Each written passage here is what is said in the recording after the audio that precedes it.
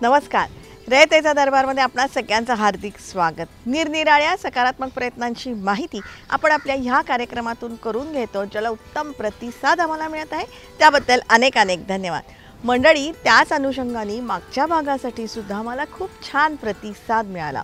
मागच्या भागामध्ये आपण पुणे जिल्हा परिषदेच्या शाळांमधल्या निरनिराळ्या मुलांना भेटलो होतो. याला कारण ही सगळी मुलं, काही मुलं नासाला चाललेली आहेत आणि काही मुलं इस्रोला चाललेली आहेत. पुणे जिल्हा परिषदेतर्फे 25 मुलांना नासाला पाठवण्यात येत आहे. सुमारे 50 मुलांना इस्रोलाही पाठवण्यात येत आहे.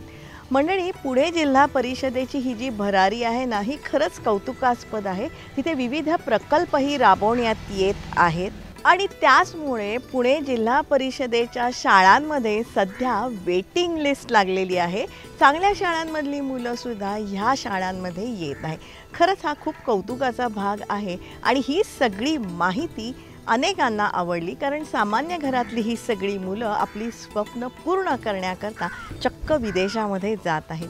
अशाच प्रकारची वेगवेगळ्या विषयांवरची माहिती जर का तुम्हाला हवी असेल ना, तर रयतेचा दरबारचा प्रत्येक एपिसोड आपण बघायला पाहिजे. त्यासाठीच एकमेकांना मदत करू, एकमेकांची काळजी घेऊया आणि सगळ्यांचं जगणं समृद्ध करूया. त्यासाठीच रयतेचा दरबार.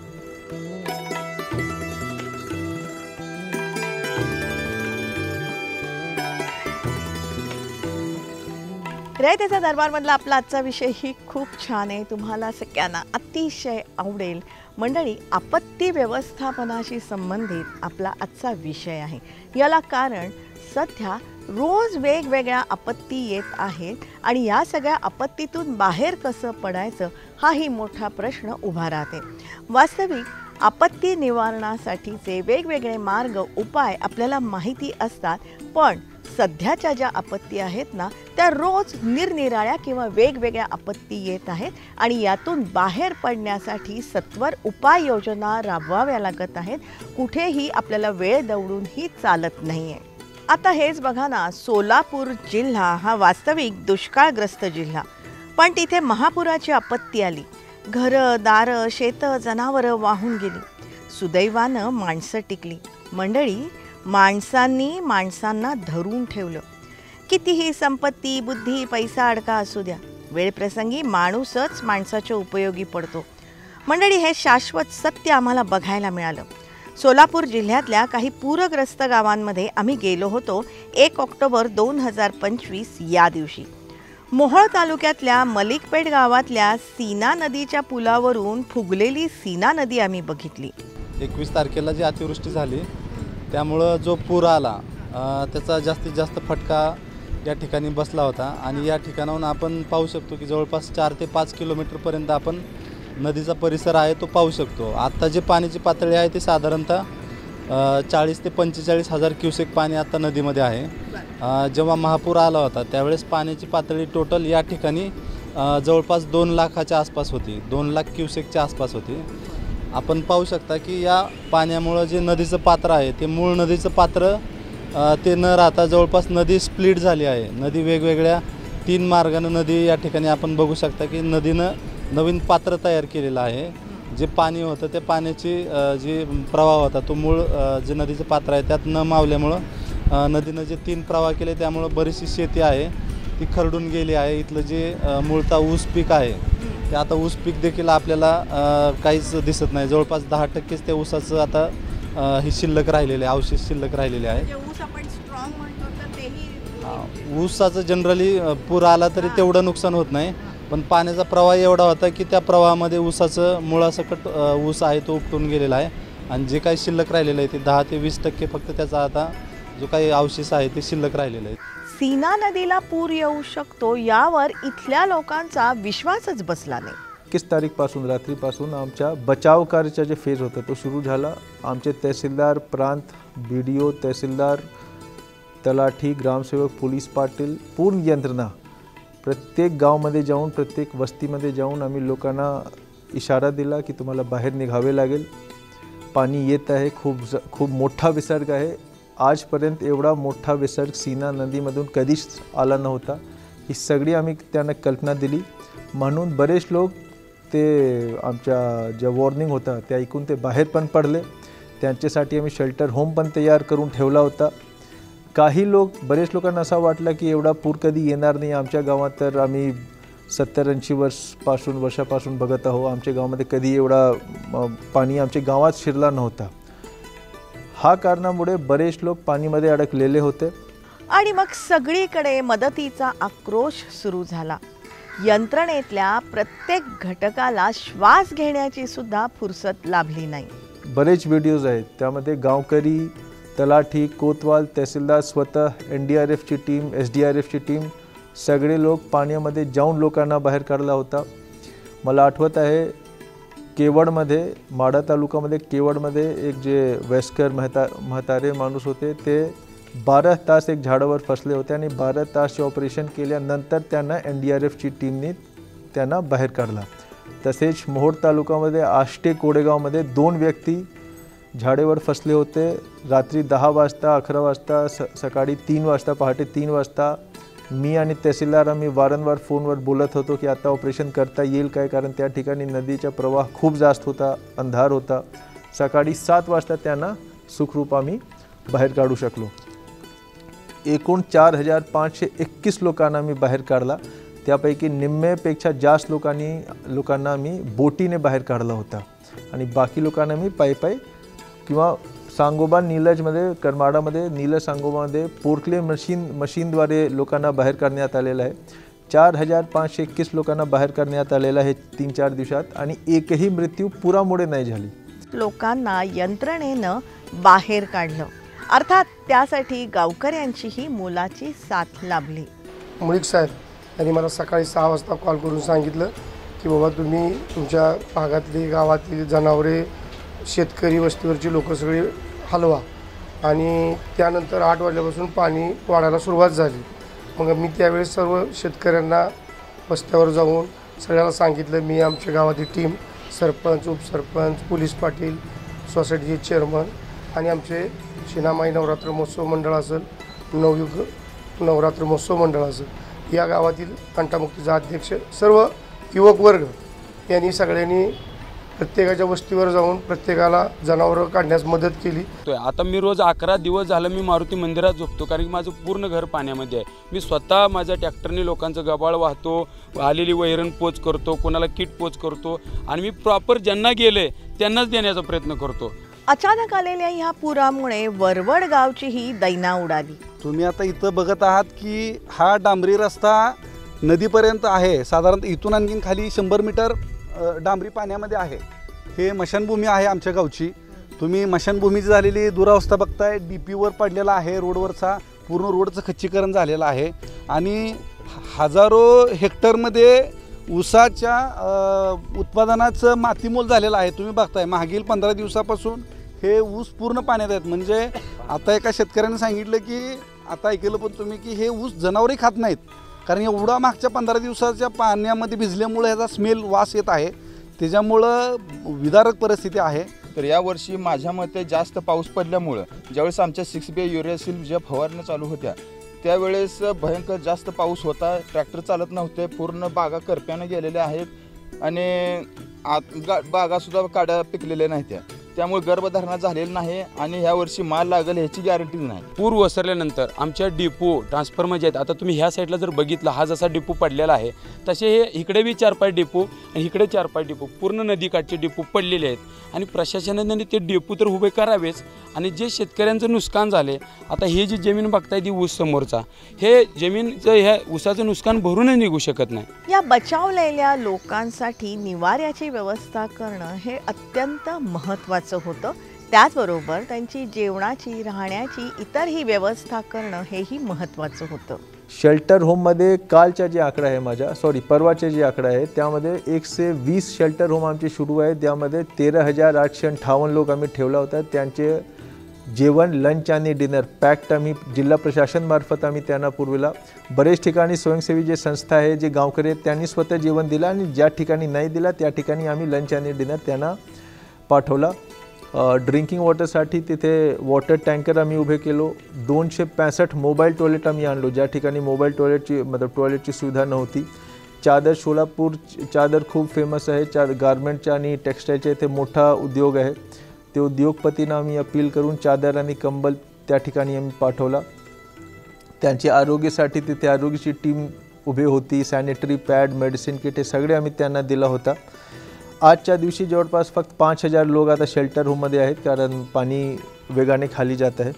गावात लोकांसाठी जेवण पुरवणे, त्याच्यानंतर शुद्ध पिण्याची पाणी देणे, त्याच्यानंतर साफसफाई आणि शौचालय, तसेच आरोग्यसंबंधी औषध आणि आणखीन रोग पसरू नये त्याच्यासाठी काय काळजी घेणं, हे सर्वात महत्त्वाची गोष्ट होता.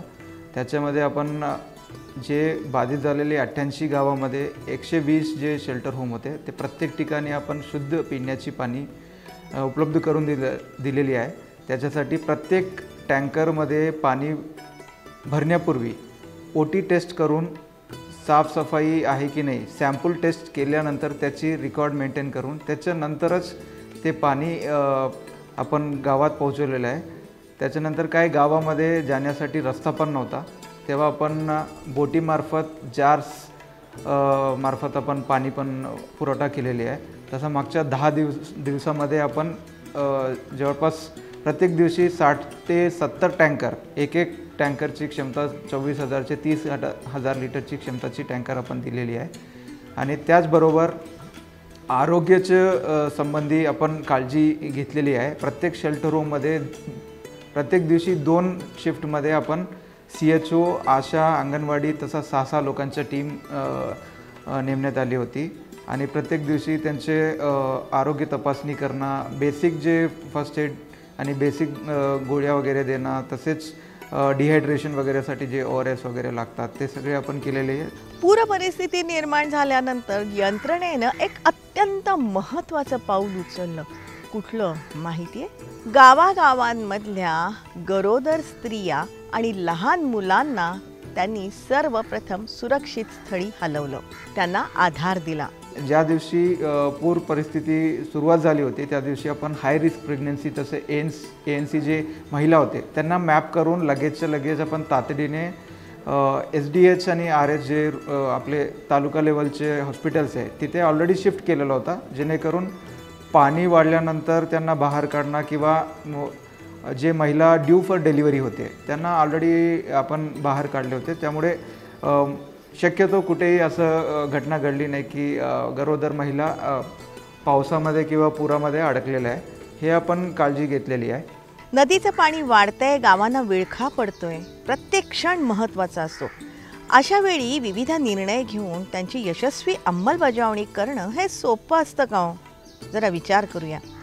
आपत्तीच्या कालखंडामध्ये प्रत्येक घटकावर प्रचंड ताण असतो, हेही आपण समजून घेणं आवश्यक आहे. की 21-22 तारीखपासून आमच्या जिल्ह्यामध्ये मोठा पूर आलेला होता. धाराशिव, बीड, अहिल्यानगर आणि सोलापूरमध्ये खूप मोठा पाऊस झाल्यामुळे 22 तारीख रात्री सीना नदीमधून 2,12,000 क्युसेक्सचा डिस्चार्ज आला होता. आमच्या जिल्ह्यामध्ये 6 तालुके प्रभावित बाधित झालेले होते.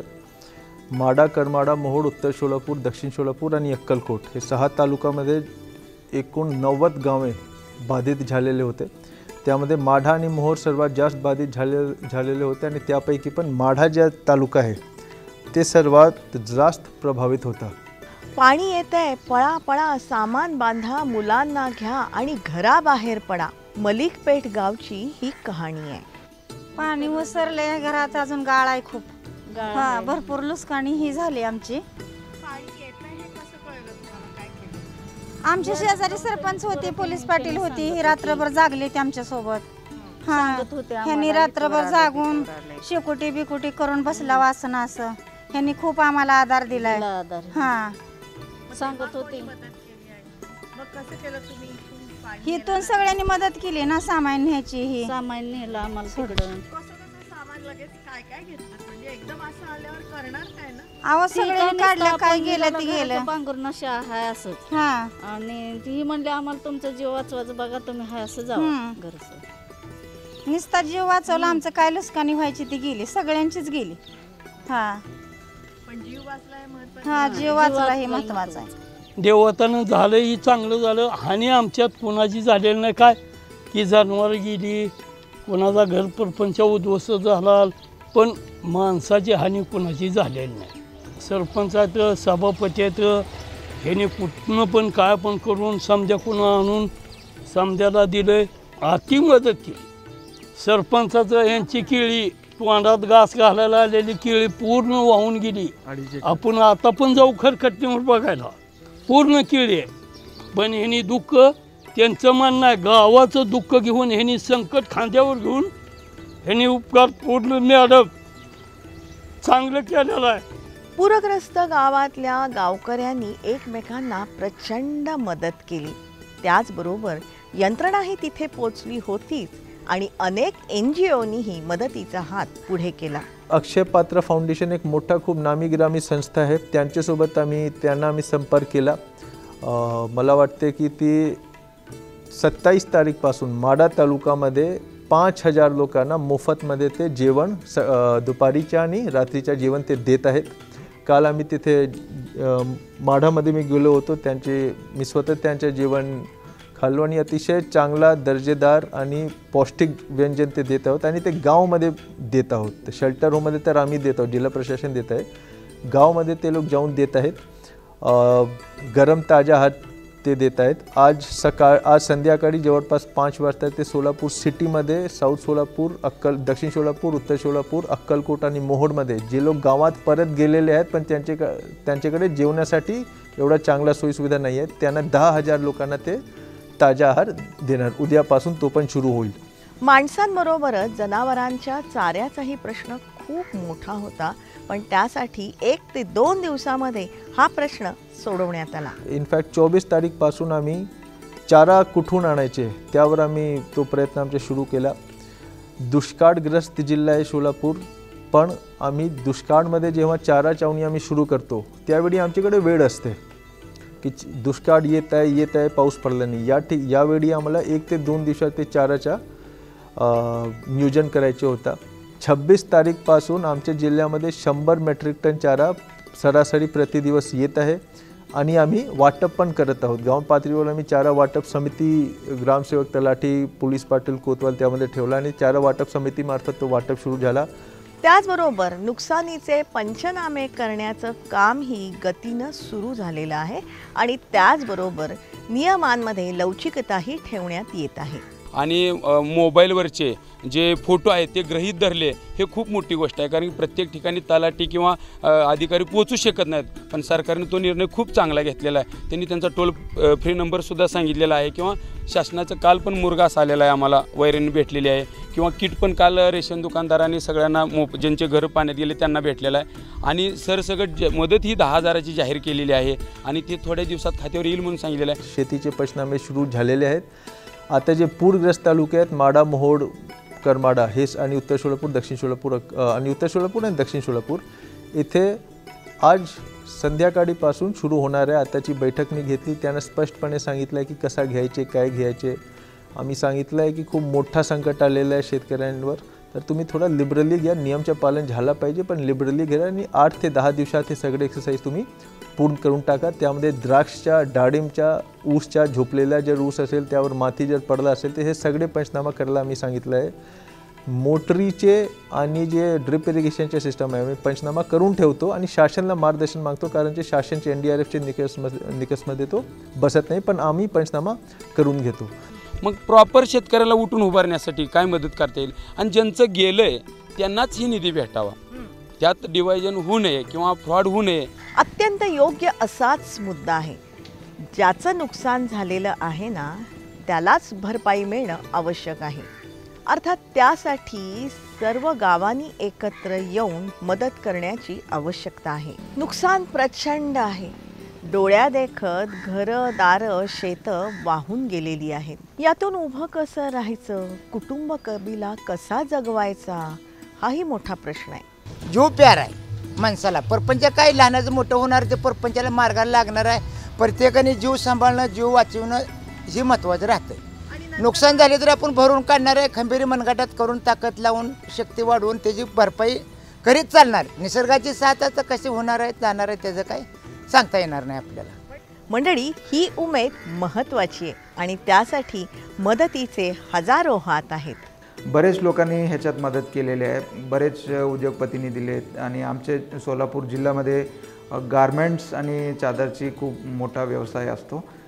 त्याची असोसिएशननी पण खूप मदत केलेली आहे आणि जिल्हा परिषदचे अधिकारी आणि कर्मचाऱ्यांना तसेच शिक्षकांना आम्ही आवाहन केलं होतं की तुमचं जेवढं शक्य होईल तुम्ही मदत करावा. आवाहन केल्यानंतर 1 ते 1.5 दिवसात तब्बल 1,20,00,000 रुपयेपर्यंत आमचे जिल्हा परिषदचे सगळे शिक्षक अधिकारी कर्मचारी सर्वांनी पुढे येऊन 1,20,00,000 रुपये जमा केलेले आहे. आता बरेच जे स्वयंसेवी संस्थे आहेत, मोठे मोठे उद्योगपती आहेत आमच्याकडे, साखर कारखाने, सहकारी बँक्स, त्यांची आम्ही एक एक करून बैठक घेतली. त्यांना मी आवाहन केलं की तुम्ही यामध्ये सहकार्य करा. त्यानिमित्ताने बरेच लोकांनी राशन किट, चादर, मस्किटो नेट, मोमबत्ती जे त्यांच्याकडे होतं ते सगळे त्यांनी लोकांना वाटप करायला सुरू केला. तो पूर्ण जे वाटप होत होता तो कोऑर्डिनेट करण्यासाठी जिल्हास्तरीय पातळीवर एक मदत कक्ष आम्ही जिल्हास्तरीय मदत कक्ष सुरू केला आणि तालुकास्तरीय मदत कक्ष सुरू केला. आम्ही सगळ्यांना हेच आवाहन केला की हे दान करण्यापूर्वी तुम्ही एक वेळी तालुकास्तरीय मदत कक्ष किंवा जिल्हास्तरीय मदत कक्षला विचारा. आम्ही तुम्हाला सांगणार की कुठल्या गावामध्ये कुठल्या गोष्टीची आवश्यकता आहे. उदाहरणासाठी ज्या गावठाणमध्ये लाईट रिस्टोर झालेलं आहे त्या ठिकाणी सगळे चक्की आता काम करत आहेत. तिथे तुम्हाला आटा देण्याची आवश्यकता नाही कारण आम्ही स्वतः गहू देत आहोत. ते स्वतः हे करू शकतात. ज्या ठिकाणी लाईट नाही आहे मतलब विद्युत रिस्टोर नाही झालेलं त्या ठिकाणी तुम्ही आटा पुरवठा करा. तो एक समानता असला पाहिजे. सगळे जे गाव आहेत त्यांच्याकडे बरोबरपणे इक्वली एक डिस्ट्रीब्युशन झालं पाहिजे. मंडळी, भेदाभेद, मत्सर, भांडणं, अहंकार, मोठेपणा यापेक्षाही महत्त्वाची असते ती माणुसकी, जी आपल्या प्रत्येकाच्या मनात अपरंपार आहे. अशा आपत्तीच्या कालखंडामध्ये ही माणुसकी प्रत्येकाच्या मनात उसळून येते आणि हेच जगणं आहे, जीवन आहे. या साऱ्या नकारात्मक झाकोळलेल्या वातावरणातून तारेल ती फक्त माणुसकी, माणसांमधली माणुसकी. चला, प्रत्येक माणूस जोडूया, संकटांवर मात करूया, माणूस पण राखूया पुढच्या पिढ्यांसाठी. त्याच अनुषंगाने मंडळी, आपण सगळ्यांनी ह्या विषयावरती विचार करण्याची आवश्यकता आहे. अशा आपत्तीतून बाहेर पडण्यासाठी तुमच्याकडे काही उपाय असतील ना तर ते तुम्ही आमच्यापर्यंत नक्कीच पोचवा. त्यासाठी संपर्कासाठी आमचा पत्ता आहे रयतेचादरबार@gmail.com. जरूर आमच्याशी संपर्क साधा. तुमच्याकडे काही माहिती असेल, प्रश्न असतील, सूचना असतील ते तुम्ही आमच्यापर्यंत नक्कीच पोचवा. रयतेचे दरबारमधले हे जे सगळे एपिसोड आहेत ना हे तुम्ही वारंवार बघू शकता आमच्या यूट्यूब चॅनलवरून. जनतादरबार.cd आणि रयतेचा दरबार या दोन्ही नावाने आमचे यूट्यूब चॅनल आहे जी तुम्ही सबस्क्राईब करण्याची गरज आहे. मंडळी, ह्या दोन्ही चॅनलवरती 475 पेक्षा जास्त एपिसोड आहेत ज्यामध्ये विविध प्रकारची माहिती आहे ती तुम्ही नक्की जाणून घ्या. रयतेचा दरबार आम्ही प्रसारित करत असतो दर सोमवारी रात्री 9 वाजता सह्याद्री वाहिनीवरून. सोमवारचाच हा एपिसोड आम्ही पुन्हा प्रसारित करत असतो दर शनिवारी सकाळी 8 वाजता सह्याद्री वाहिनीवरून. सोमवार रात्र 9, शनिवार सकाळ 8 हे जे दोन्ही एपिसोड आहेत ना हे तुम्ही लाईव्ह बघू शकता सह्याद्री वाहिनीच्या फेसबुक पेजवरून. जरूर बघत राहा कारण आम्ही ही जी माहिती तुम्हाला सांगतोय ना या माहितीच्या उपयोगामुळे अनेकांचे लाभ होत आहेत किंवा होऊ शकतात. हा मात्र त्यासाठी रयतेचा दरबारचा प्रत्येक एपिसोड आपण बघायला पाहिजे. त्यासाठी एकमेकांना मदत करू, एकमेकांची काळजी घ्या आणि सगळ्यांचं जगणं समृद्ध करूया. त्यासाठीच रयतेचा दरबार.